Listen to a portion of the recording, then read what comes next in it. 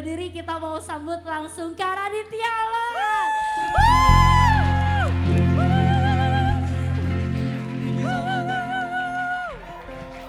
Boleh sorak-sorakan terbaik buat Tuhan kita yang luar biasa. Oke, boleh tos kiri kanannya bilang kamu ganteng, kamu keren hari ini. Oke, silakan duduk, silakan duduk. Wow. Yang rasa ganteng bilang that's me. Siap. Ini kurang percaya diri. Ya. Yang rasa ganteng bilang itu gue. Aduh. Sekali lagi, yang rasa ganteng bilang itu gue. Yang rasa cantik bilang itu gue. Yang jomblo bilang itu gue banget. Yang punya pacar bilang itu gue. Wah, ini berarti punya pacar gak ada kepastian nih kayaknya nih. Coba mana yang jomblo bilang itu gue. Ya, ini kayaknya banyak jomblo bergairah hari ini. Gue cuma mau bilang gini, ya sekarang kita ada di generasi yang kayaknya kalau nggak punya pacar itu kurang keren. Tapi lebih baik jomblo punya kepastian daripada punya pacar nggak pasti-pasti. Siap, siap. Oke, hari ini kita baru merayakan kemarin Jumat Agung di mana Yesus telah mati. Ya, puji Tuhan Yesus nggak hanya mati, tapi Yesus dia bangkit. Tapi ini belum hari ketiga, ini masih hari kedua. Hari Sabtu di mana murid-murid lagi ketakutan. Ya ketika Yesus mati, itu murid-murid Tuhan Yesus lagi ketakutan banget. Lagi ngumpet. Ya Petrus baru berkhianat, dia merasa gak layak. Murid-murid Tuhan Yesus ngumpet di sebuah rumah, dan semua ketakutan. Makanya teman-teman, sebagai umat percaya, lu akan alami namanya hari Sabtu. Pasti. Lu merasa ditinggalkan, doa lu gak dijawab. Lu merasa kayaknya lu udah pelayanan tapi gak ada hasil yang kayaknya sesuai dengan janji Tuhan. You will experience Saturday. Tapi jangan lupa, Sunday is coming. Minggu pasti datang. Ya, Minggu pasti datang. Nah di sini siapa teman-teman yang belum pernah memutuskan untuk mau menyerahkan hidup sama Yesus, boleh angkat tangannya. Yang belum pernah aja. Oke, baru satu, ada lagi? Ada lagi? Oke, that's good. Saya di tempat yang tepat. Ya, yang pertama saya mau bahas ini. Kita butuh Yesus, amin. Saya bukan orang yang lahir dari orang yang butuh Yesus. Saya nggak ngerti siapa itu Yesus. Saya orang Kristen, orang Batak. Siapa orang Batak sini? Haleluya, haleluya. Wah ini. Tapi gue ngerasa kayak jujur kita hidup apalagi era digital sekarang. Dimana dulu kita persaingan gak terlalu ketat. Lu lihat di Instagram, waduh temen gue udah punya ini, waduh wah gila followersnya. Dulu zaman gue SMP gak ada kayak begituan. Jadi yang namanya bersaing itu belum sekuat sekarang. Itu kenapa hari-hari gini kita lebih banyak stres. Karena kita berusaha untuk gain something.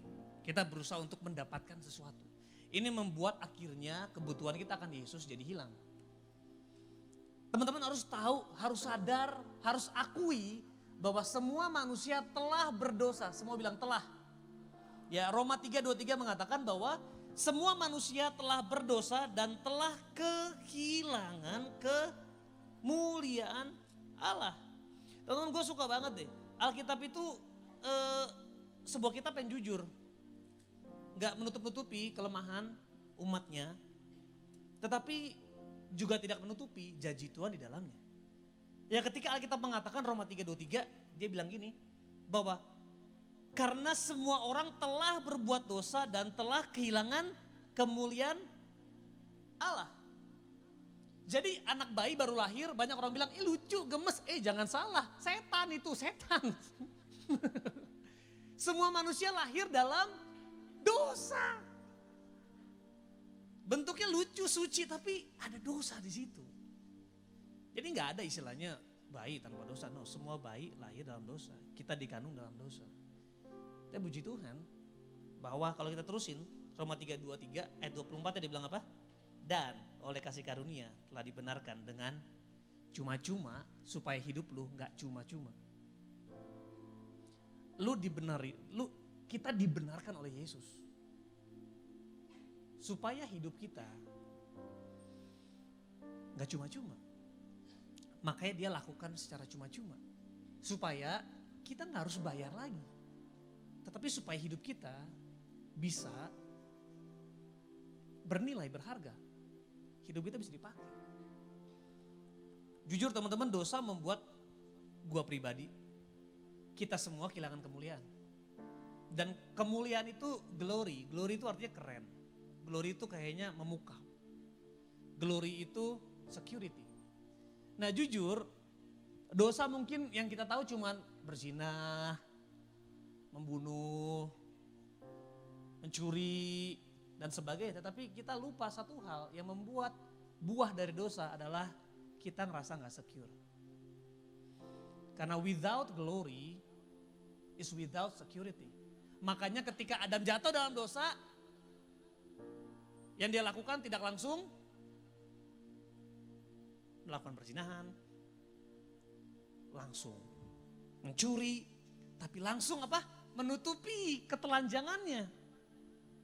Yang tadinya I'm naked but without shame, sekarang I'm naked and feel so much shame.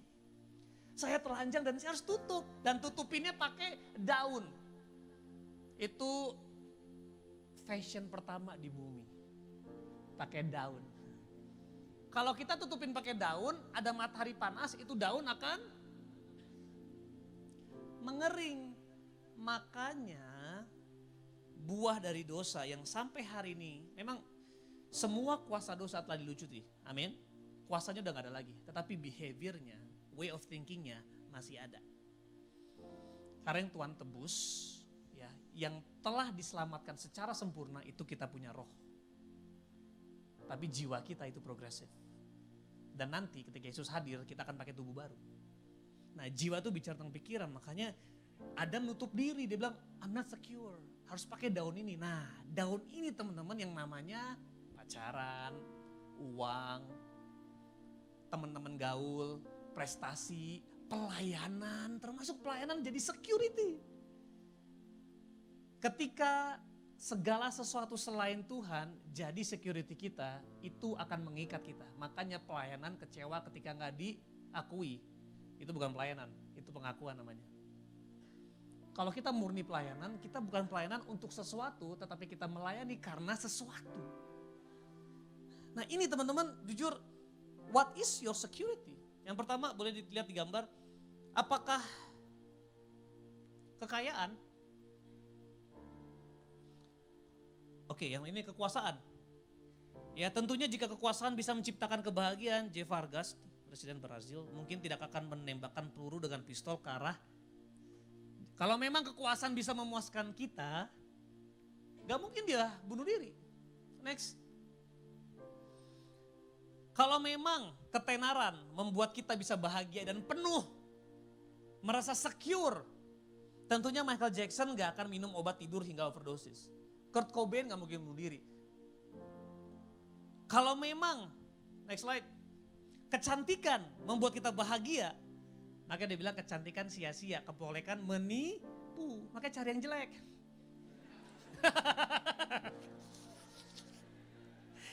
Janganlah. Gue mau bilang gini, sebelum kita melanjutkan ya, membagi-bagi mana cantik mana jelek, gak ada yang cantik, gak ada yang jelek.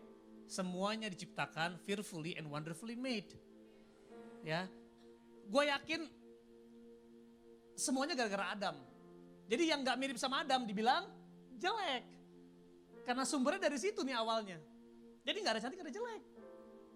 It just you are different than the other. Kamu hanya beda sama yang lain. Jadi gak ada istilah cantik lebih jelek.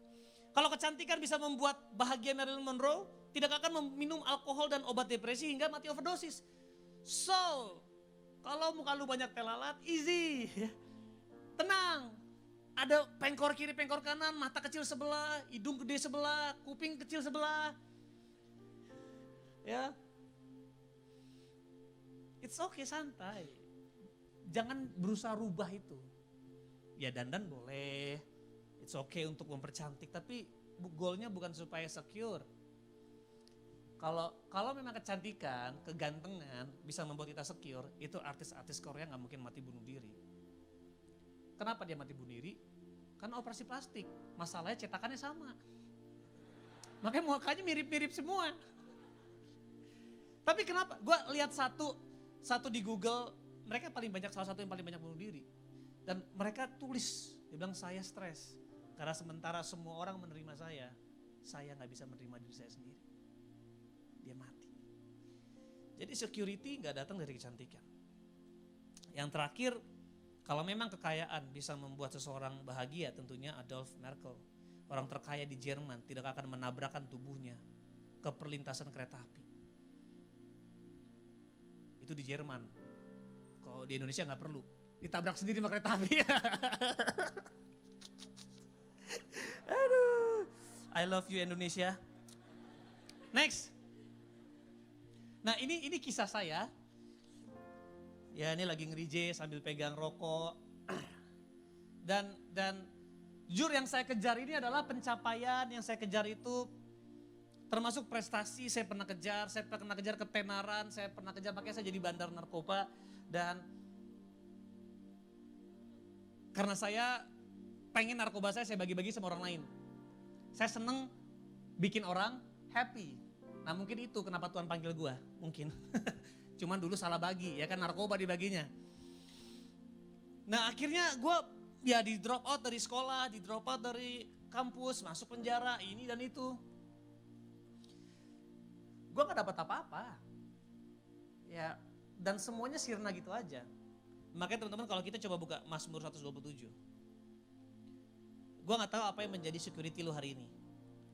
Lu merasa kalau orang tua lu balik, lu secure, lu baru bisa happy. Lu kalau ngerasa lu kalau kuliah di universitas negeri, lu baru happy. Kalau lu bisa kerja di tempat yang lu mau, lu bisa happy. Tapi kebenarannya, kalau lu gak bisa happy di tempat yang bukan punya lu gak akan bisa happy di tempat lu sesungguhnya. Kadang-kadang lu harus belajar hidup di padang gurun. Karena padang gurun bukan jalan yang salah. That is the right way. Makanya hari ini kita mau bahas tentang Waymaker. Karena jalan manapun selain jalan Yesus, semuanya salah. Dan Mazmur 127, dia bilang gini. Yuk kita baca sama-sama yuk ayat 1. 1, 2, 3. Jikalau bukan Tuhan yang membangun rumah, sia-sialah usaha orang yang membangunnya. Jikalau bukan Tuhan yang mengawal kota, sia-sialah pengawal berjaga-jaga. Ya sama juga ada orang menjaga hidupnya begitu baik. Ya karena dulu pernah disakiti sama orang, akhirnya dia coba, oke, jagalah hatimu dengan segala kewaspadaan. Oh pakai tembok. Gak ada yang bisa sakiti gue. Gue orang paling jagoan di dunia. Akhirnya betul, hatinya gak bisa tersakiti. Tapi tembok yang sama menghalangi cinta Tuhan buat masuk juga. Nah kalau kita runtuhin temboknya, hati kita jadi rapuh untuk yang namanya sakit. Tapi kalau gak disakiti, lu gak ngerti arti cinta.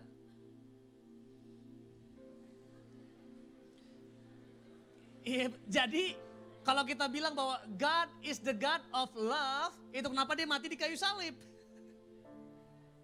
Karena cinta sama dengan salib. Cinta sama dengan dihianati, cinta sama dengan dilukai, cinta sama dengan direndahkan, gak dianggap, disalah mengerti, digosipin. Itu love. Jadi kalau kita mau belajar love, harus buka pintu lebar-lebar buat lu disakiti. Karena di situ kita akan belajar mengampuni dan mengasihi tanpa syarat. Nah tembok ini teman-teman yang gak pernah gue temuin, gue cari dimanapun. Waduh bangun tembok ketenaran, malah bikin gue hancur. Bangun semua gue bangun, rusak. Karena gak bisa, yang bangun harus Tuhan. Ketika Tuhan bangun, jujur, gak keren bentuknya. Ketika gue mulai bertobat, gue bangun hidup gue tinggalin semua bisnis, pekerjaan. Gue gak suruh kalian tinggalin semua, ini contoh yang ekstrim aja. Gue tinggalin karena gue mengalami Tuhan, terus gue bilang Tuhan, gue mau ngejar Tuhan. Gue mau mengejar apa yang menjadi panggilan Tuhan. Nah akhirnya Tuhan bangun mulai. Tagihan jalan terus. Ya mending sekedar punya istri. Gue punya anak 4, banyak. Beli Tokopedia, diskon waktu itu. Enggak, justru Zara enggak. Aduh, lupa bawa anak di sini.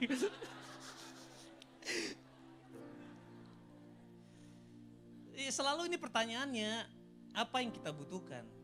Jawabannya cuma satu, kita butuh Yesus. Apa kita butuh makan? Butuh, tapi Tuhan tahu apa yang kamu butuhin. Ya, tugas kita cari kerajaan Allah. Tugas Tuhan menambahkan kebutuhan kita sehari-hari.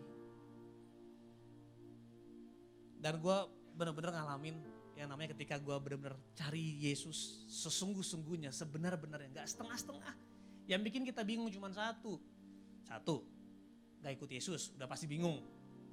Yang kedua, ikut Yesus setengah-setengah, itu lebih bingung lagi. Alkitab bilang orang yang mendua hati tidak akan tenang dalam hidupnya, Yakobus 1 ayat 9. Jadi kalau ikut Tuhan jangan setengah-setengah. Kita butuh Yesus guys. Kita butuh Yesus bukan sekedar buat diselamatin. Kita butuh Yesus karena memang kita ciptaannya. Kita butuh ciptaannya. Ini kalau handphone rusak lu mau kemana? Mau ke tempat abal-abal? Enggak, lu harus ke tempatnya.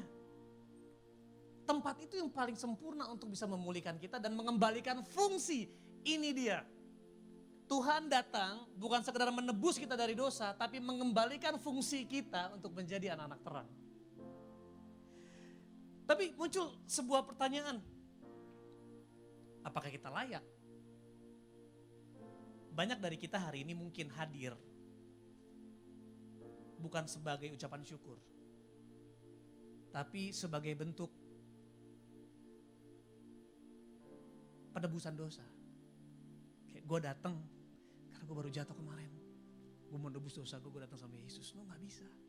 Justru kita datang ibadah hari ini karena kita tahu seberapa besar dosa kita Tuhan telah tebus. Makanya penyembahan jadi meaningful. Karena penyembahan harus penuh ucapan syukur. Karena dia telah selesai mengerjakannya teman-teman. Saya gak tahu apa yang kalian butuhkan. Uang semua pasti kalian butuhkan. Tetapi apapun yang kita kejar karena ketakutan. Semua itu ketika kamu miliki, ketakutannya hilang gak? Gue pengen tajir, kenapa tajir? Gue takut miskin. Gue pengen nikah, kenapa nikah? Takut kesepian. Gue pengen terkenal, kenapa? Takut gak ada temen. Apapun yang kita kejar, motivasinya karena takut, maka ketika kita sudah punya, takutnya gak akan pergi, malah semakin besar. Tapi beda ketika lu melakukannya karena cinta. Apapun yang datang karena cinta, berakhir penuh cinta pasti. Karena sesuatu itu akan menghidupkan lu, gak akan mematikan. Guys, ada cerita yang gue jujur agak-agak setengah-setengah lupa, tadi gue berusaha cari tapi agak kehilangan. Tentang seorang pengendara mobil, yang mobil sekitar tahun 19, aku lupa, 1950-an mungkin. Terus dia lagi pergi naik mobil Ford waktu itu, mobil baru. Lalu di sebuah jalan yang panjang sekali, mobilnya mogok. Ketika mobil mogok dia berhentilah. Memang dia seorang ahli, seorang ngerti mobil, masih muda. Akhirnya dia berusaha untuk buka mobil, dia coba betulin, mobilnya gak benar-benar. Dia stres, dia tendang mobilnya dan sebagainya. Tiba-tiba gak berapa lama ada mobil lewat, menggunakan mobil yang sama, tapi versi jadul. Mobil Ford versi jadul. Keluarlah seorang yang lebih tua dari dia, bahkan jauh lebih tua.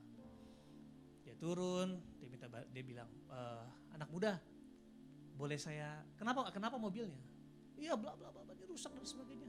Boleh saya bantu nggak? Diketawain kayak, ya elah, gue nih ngerti mobil. Lu udah tua, ngerti apa dalam hati seperti itu. Jadi dia bilang, gak usah.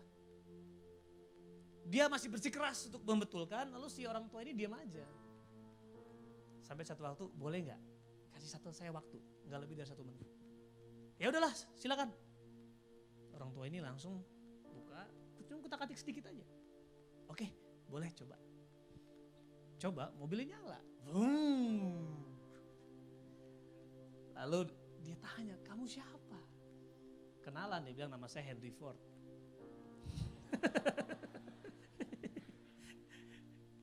Dia yang ciptain tuh mobil. Kita sering banget gitu. Kita berusaha to fix ourselves. Kita berusaha to fix our family. Betulin keluarga kita, betulin bokap kita, betulin nyokap kita, betulin sahabat kita, betulin ini, betulin. Semua kita mau betulin. You're not called to fix something. You are called to surrender everything to Him. Karena Dia yang pencipta seluruh hidup lu. Dulu gue pikir ketika gue ke Tuhan, Gue pikir itu karena pilihan terakhir. Udahlah, udah gak ada pilihan. Gue ke Tuhan deh. Ternyata itu pilihan yang paling benar. Makanya bersyukur kalau hidup lu di ujung. Gimana lu gak punya pilihan. Kenapa anak-anak Tuhan di Jakarta, Bandung, kota-kota besar dan sekitarnya ngalamin Tuhan setengah-setengah? Karena kita have too many options. Ya udahlah, gak usah bergantung sama Tuhan lah. Ikut ini aja, ambil pinjaman. Udahlah gak usah bergantung sama Tuhan lah, masih ada bokap. Santai. Kita bergantung sama banyak hal. Kita pikir jalannya banyak, yang penting bergantung sama Yesus. Jadi Yesus cuma sebagai kayak navigator. Tapi jalannya kita yang pilih. Tuhan, aku mau pacaran sama dia. Udah pasti bener Tuhan, sertai ya. Aneh. Kita melakukan hal yang jelas gak berkenan, tapi kita doa, Tuhan tolong Tuhan. Nah teman-teman,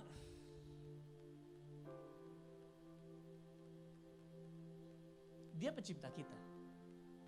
Dia akan jaga semua apapun di hidup kita. Nah gue bicara dari orang yang udah pergi ke jalur yang sono, gak ada apa-apa. Ya memang belum semuanya, tapi lumayan lah beberapa hal. Cukup banyak gue cobain sampai mentok. Gak ada ujungnya. Ikut sama Tuhan gak mudah, memang. Tapi jauh lebih sulit gak ikut Tuhan. Di dalam Tuhan masalah juga, gue pikir ikut Tuhan masalah selesai. Kagak, malah datang lebih banyak. Karena ketika lu hidup dalam iblis, musuh lu ya bukan musuh lu, ya lu dalam masalah. Dalam kegelapan ya itu problem.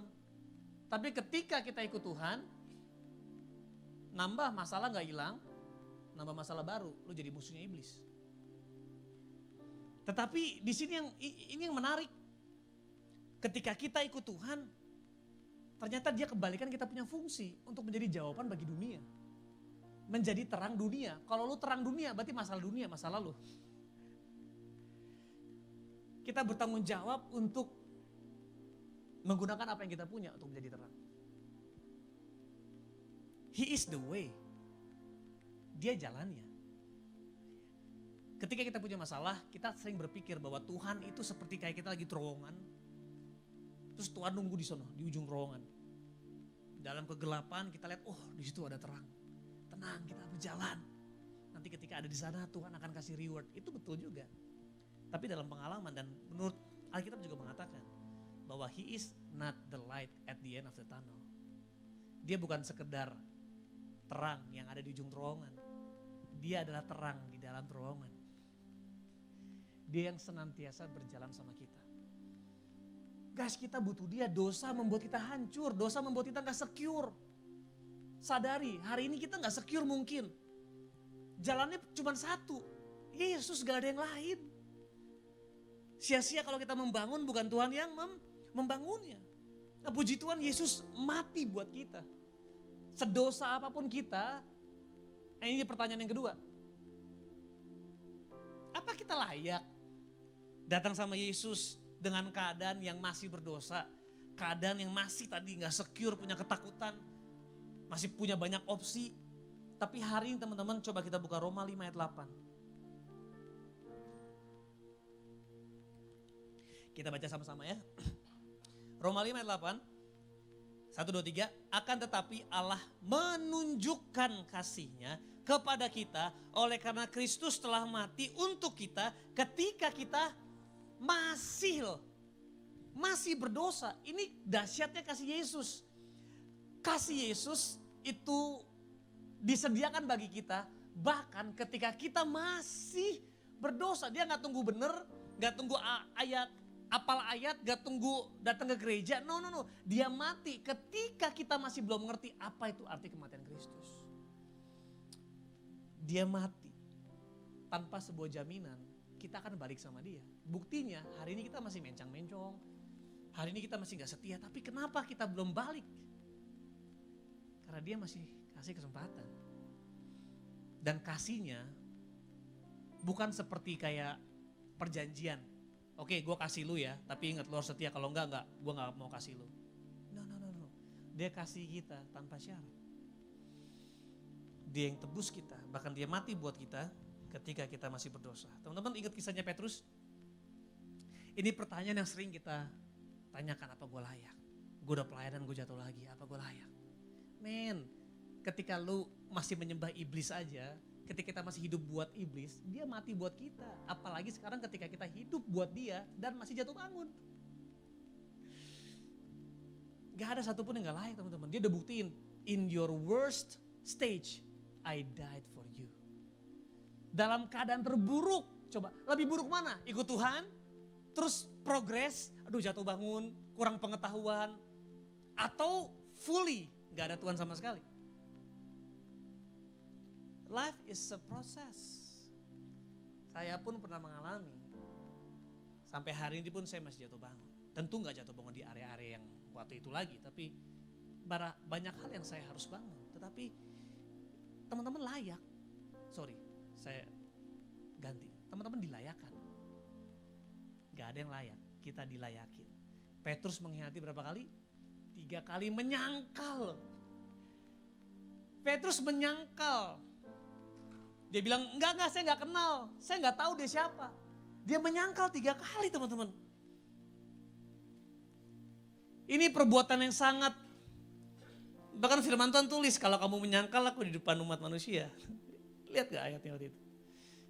Dia bilang, aku akan menyangkal engkau. Tapi masalah Yesus, dalam firmannya, dalam Timotius dia bilang gini, kalau kita tidak setia, dia tetap setia. Karena dia Allah yang tidak bisa menyangkal dirinya. He is the God of love. Yang selalu menerima kita. Dia selalu menerima kita apa adanya. Yang selalu mampu mengampuni kita. Lalu ketika Petrus berkhianat, Yesus mati di kayu salib. Dan ketika Jumat Agung Yesus mati, murid-murid berserakan. Nah teman-teman bisa bayangin perasaannya Petrus. Gila, gue udah berkhianat. Gue kepala tim, gue leader, gue youth leader, gue kepala divisi, gue gembala senior, gue ketua sinode. Tapi gue jatuh, gue menyangkal Tuhan. Itu ultimate sin. Itu dosa yang paling-paling. Karena bukan sekedar jatuh dalam dosa, tapi menyangkal Tuhan. Dan bayangin gak pas hari Sabtu, ini hari ini. Dia ngumpet, terintimidasi, wah saya gak layak. Gue udah ngomong tentang Tuhan, udah menginjil berkhotbah. Tapi gue jatuh. Sekali lagi saya bersyukur. He is the way maker. Di saat gak ada jalan, He is the way. Bukan kebaikanmu. Kebaikanmu bukan jalan. Usahamu bukan jalan, pelayananmu bukan jalan. Kesetiaanmu bukan jalan. He is the way, ini jangan pernah lupa. He is the way. Dari situ baru berjalan dalam kesetiaan. Berjalan di dalam dia, dia yang paling utama dia selama-selamanya. Hanya karena dia, bersama dia, untuk dia. Kalau ngomongin kesetiaan, gak ada satupun manusia yang setia 100% sampai hari ini. Gak ada. Tapi He is a faithful God. Dia yang setia sama kita. Ini kita lihat kisahnya teman-teman. Coba buka di Markus 16. Markus 16. Teman-teman boleh membayangkan sedikit. Boleh relate sama kehidupan kalian. Ini Petrus yang berkhianat. Dia pemimpin. Bahkan dia sampai potong. Wah.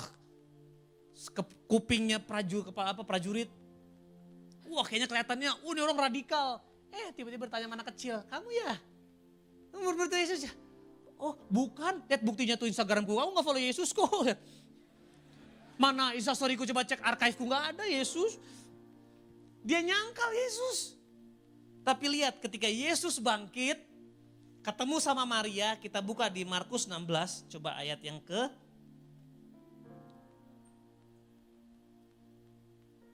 ayat 6. Ayat 4. Tetapi ketika mereka melihat dari dekat, tampaklah batu yang memang sangat besar itu sudah terguling. Lalu mereka masuk ke dalam kubur dan mereka melihat seorang muda yang memakai jubah putih duduk di sebelah kanan. Mereka pun sangat terkejut, tetapi orang muda itu berkata kepada mereka, jangan takut. Kamu mencari Yesus orang Nazaret yang disalibkan itu, ia telah bangkit, ia tidak ada di sini. Lihat, inilah tempat mereka membaringkan dia. Ayat 7 kita baca sama-sama yuk, 1, 2, 3. Tetapi sekarang pergilah, katakanlah kepada murid-muridnya dan kepada Petrus. Stop di situ. Why he mentioned Peter? Kenapa Yesus harus tulis kata Petrus di Alkitab? Kan cukup murid-muridnya. Kenapa? Karena saat itu hari Sabtu, momen di mana Petrus bilang, saya bukan murid Yesus. Saya menyangkal Tuhan, saya bukan lagi murid Yesus. Saya jatuh dalam dosa. Saya sudah menyangkal Tuhan. Saya bukan murid Yesus. Dan Yesus dengar, ingat Tuhan dengar. Dan Yesus bayangin gak, udah dihina, dihianati. Tapi puji Tuhan, He is the way maker. Bukan kebaikanmu, bukan kesetiaanmu, bukan pelayananmu. He is the way maker. Dan the way maker bilang gini, aku telah mati ketika kamu masih berdosa. Dan dia bilang, panggil, katakan kepada murid-murid dan kepada Petrus. Yesus mau bilang gini, hey Petrus tetap dalam hatiku. Petrus gak pernah jauh. Petrus memang mengkhianati aku. Tapi masalahnya aku adalah Allah yang penuh kasih. Walaupun Petrus menyangkal aku, walaupun Petrus gak setia, tapi aku tetap setia. Coba kita buka Roma 5 ayat 15.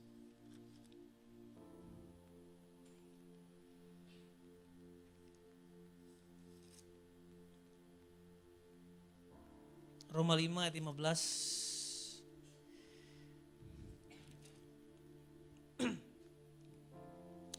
Tetapi karunia Allah tidaklah sama dengan pelanggaran Adam. Sebab jika karena pelanggaran satu orang, semua telah jatuh dalam kuasa maut. Karena Adam semua telah jatuh dalam maut.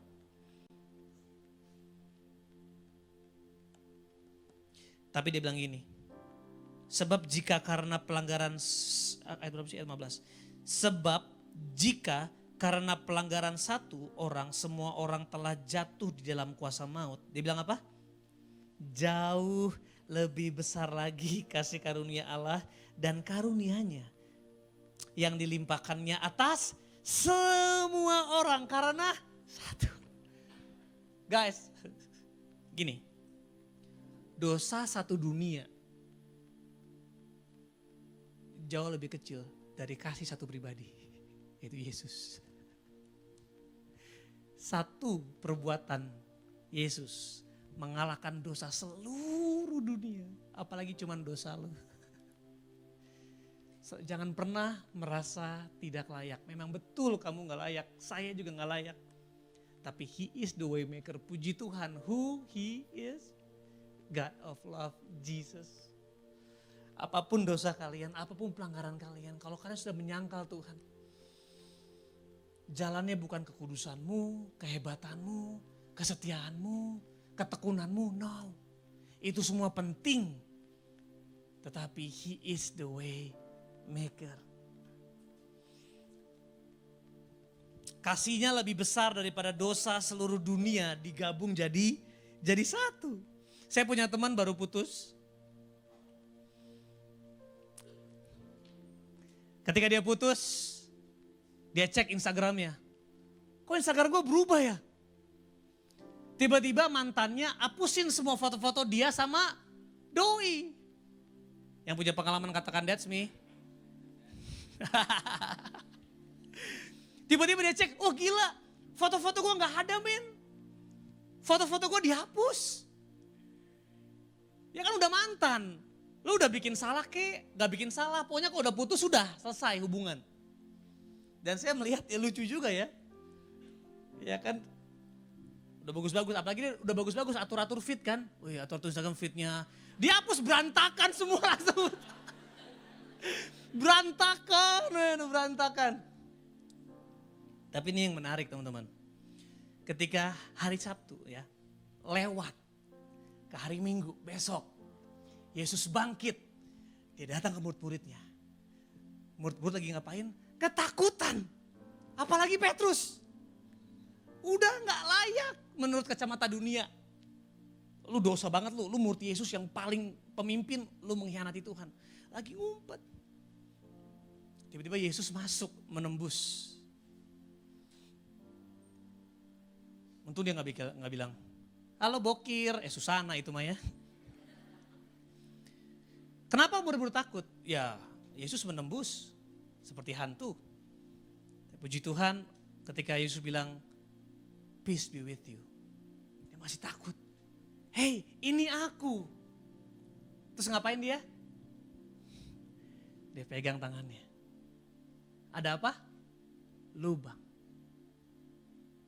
Pegang di sini, ada apa? Lubang. Kalau relate ke ceritanya teman saya. Ketika kita bikin salah, hidup lo dihapus dari hidup seseorang. Ketika lo jadi mantan, foto lo dihapus dari Instagramnya. Tapi ketika kita bikin salah sama Yesus, sampai hari ini dia gak hapus tuh lubang.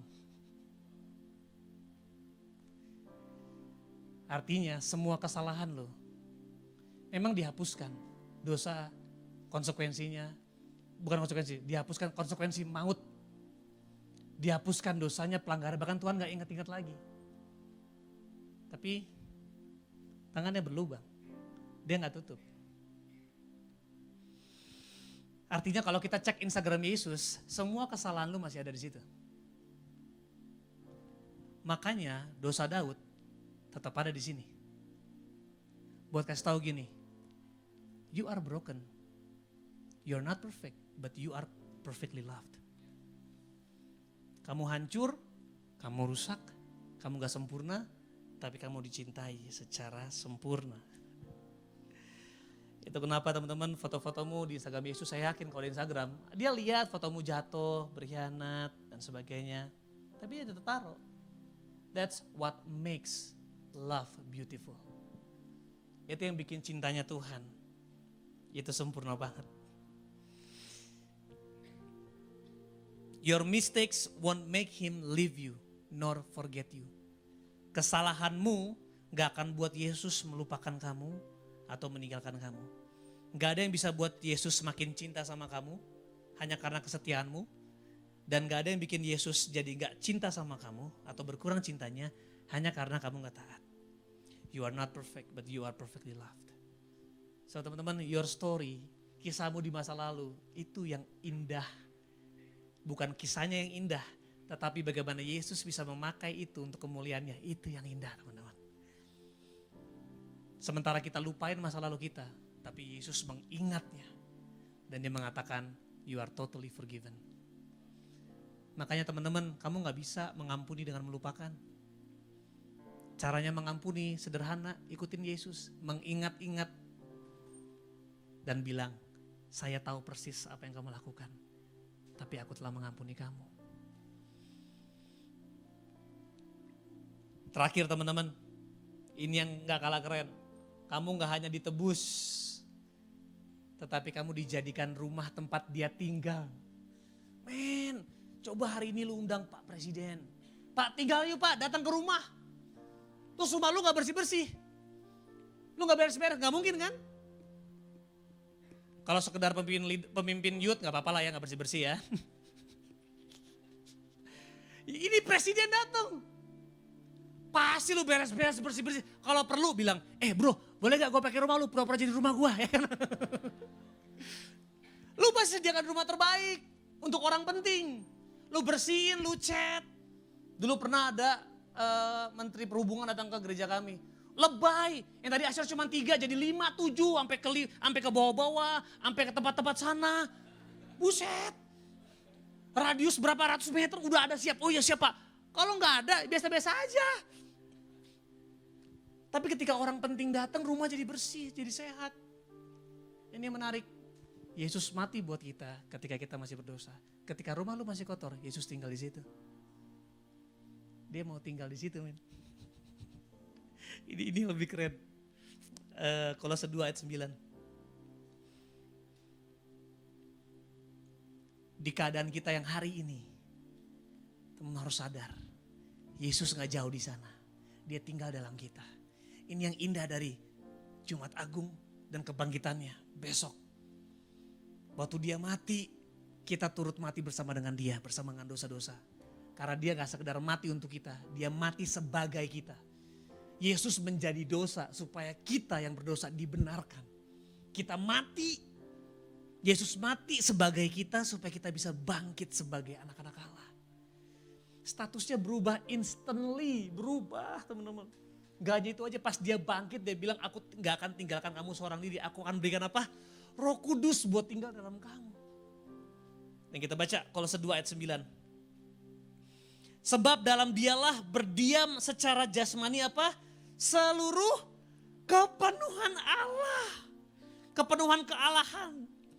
Bayangin Jehovah Jireh, Jehovah Rafa, Jehovah Nisi, Allah penyembuh, Allah panji-panji, Allah yang menyediakan, Allah damai sejahtera, Allah yang mengasihi, Allah yang berperang. Semua bentuk Allah yang pernah diterjemahkan dalam perjanjian lama. Dia membelah lautan, dia menyelamatkan bangsa Israel. Banyak hal dia kerjakan, hal-hal yang dahsyat. Dia bilang bahkan Alkitab gak cukup untuk catat semua tentang Allah. Tapi dia bilang seluruh kepenuhan Allah. Dia bilang apa? Berdiam secara jasmani. Di dalam siapa? Dalam Yesus. Lanjut. Dan kamu telah apa? Dipenuhi di dalam Dia. Kepenuhan Allah tinggal dalam kita teman-teman. Dan Dia gak tunggu kita sempurna. Itu kenapa Paulus ngomong. Because by the grace of God I am what I am. Karena anugerah Tuhan saya sebagaimana saya ada. Tetapi dia bilang, dia gak menyia-nyiakan anugerah itu. Dia bekerja lebih banyak dari hamba-hamba lain. Dari nabi-nabi lain. So guys, kita di dalam dunia itu artinya kita dalam masalah. Karena dunia, Alkitab mengatakan, the Satan is the God of this world. Makanya walaupun kita dalam Tuhan, tapi jangan lupa, kita di dalam dunia. Kita dalam masalah men. Dunia ini penuh dengan chaos, tapi jangan lupa sama seperti Tuhan taruh Adam di Taman Eden. Dan Taman Eden di dalam apa? Di dalam dunia. Maksudnya Tuhan pengen hidup dengan Adam dan Hawa. Dan Adam dan Hawa bagaimana hidup bersama dengan Tuhan. The Waymaker, dia memperlebar kerajaan surga yang ada Taman Eden. Artinya teman-teman, kita dalam dunia pasti mengalami masalah. Tapi jangan lupa, He is the Waymaker. Kalau ada Yesus, apapun jadi unstoppable. Bayangin, mati dia bisa bangkit. Kita dalam dunia itu artinya kita dalam masalah. Tapi ini yang saya mau bahas terakhir. Tapi itu baru setengah benar. Kita gak hanya di dalam masalah, tapi kita juga di dalam Dia. Ada lagu, It may look like I'm surrounded, but I surrounded by you. Kamu gak dikelilingi masalah teman-teman. Tapi kamu sedang dikelilingi oleh Tuhan. Karena Alkitab mengatakan seluruh kepenuhan Allah tinggal dalam Yesus. Dan Yesus tinggal dalam kita. Itu kenapa apapun masalahmu teman-teman.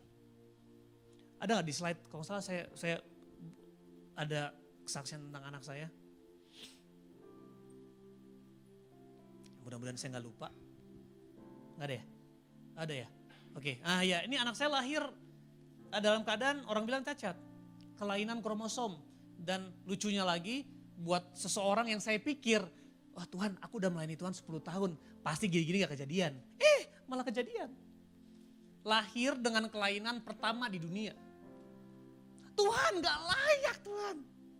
Aku udah buat baik. Aku udah tinggalin dosa-dosaku. Kenapa ini terjadi? Jangan lupa, He's the Waymaker. Kalau sesuatu terjadi di hidupmu, karena Dia pengen buat jalan baru dari hidupmu. Ketika kamu dipercayakan lahir di keluarga yang bercerai, dipercayakan lahir di keluarga yang sempurna, because He is the Waymaker. When you are there in your family, akan ada jalan. So don't complain. Ini yang paling keren. Kamu bukan sekedar diselamatkan, tapi Sang Penyelamat hidup dalam hidupmu. Kamu bukan lagi minta jawaban, tapi start act like an answer. Kamu bukan sekedar Tuhan tolong. Yes, kita mulai dari situ tapi harus berakhir. Tuhan tolong pakai aku. Karena Dia tinggal dalammu. Everything that you need is inside of you.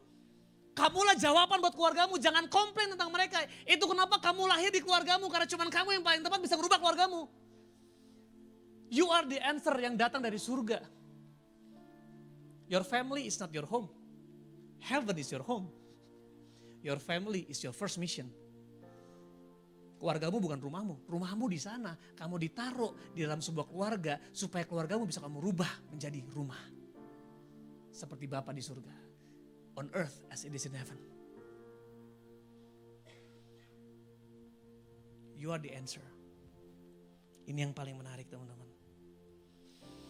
So, jangan takut. Apapun yang dialami, next slide. Dia mengalami kelainan jantung, ada lubang, tulang punggung kelainan, otot ada low tone, jadi dia kayak air diangkat jatuh, infeksi paru-paru. Jadi kalau dia minum masuk paru-paru. Terus rumah sakit 3 hari, nyerah. Lu bayangin, rumah sakit nyerah. Gawat. Untung gak ahli kitanan nyerah. Aduh sorry ini gak bisa disunat, habis lu. Rumah sakit nyerah. Harusnya rumah sakit tugasnya untuk nyelamatin, betul gak? Dari sakit. Ini rumah sakit nyerah. Akhirnya dipindahin 3 hari ke rumah sakit lain. Tapi ini dia, he is the way maker. Ketika masalah terjadi teman-teman, itu karena dia pengen buktiin, he is the way maker. Bukan cari ini, cari itu, bukan. He is the way maker. Dia penebus dosamu, tapi dia juga yang menjadikan kamu jawaban. Karena Kristus di dalam kamu, pengharapan akan kemuliaan. Saya persingkat, next slide. Google bilang, ya umurnya cuma bisa 3 bulan. Tapi puji Tuhan, anak saya mengalami banyak kesembuhan. Sampai next slide, belum lama ini dia ulang tahun yang pertama. Dan sekarang usianya sudah 1 tahun 8 bulan. He is the way maker. Melalui jalan yang buntu, dia malah jadikan Ziona sebagai jawaban. Next slide.